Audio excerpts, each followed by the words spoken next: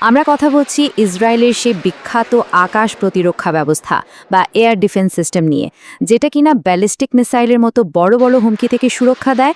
সেটাই এখন প্রশ্নের মুখে।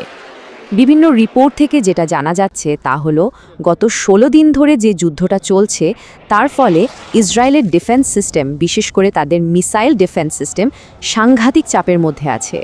পরিস্থিতিটা যে কতটা ভয়াবহ তা এই একটা তথ্য থেকেই স্পষ্ট হয়ে যায়।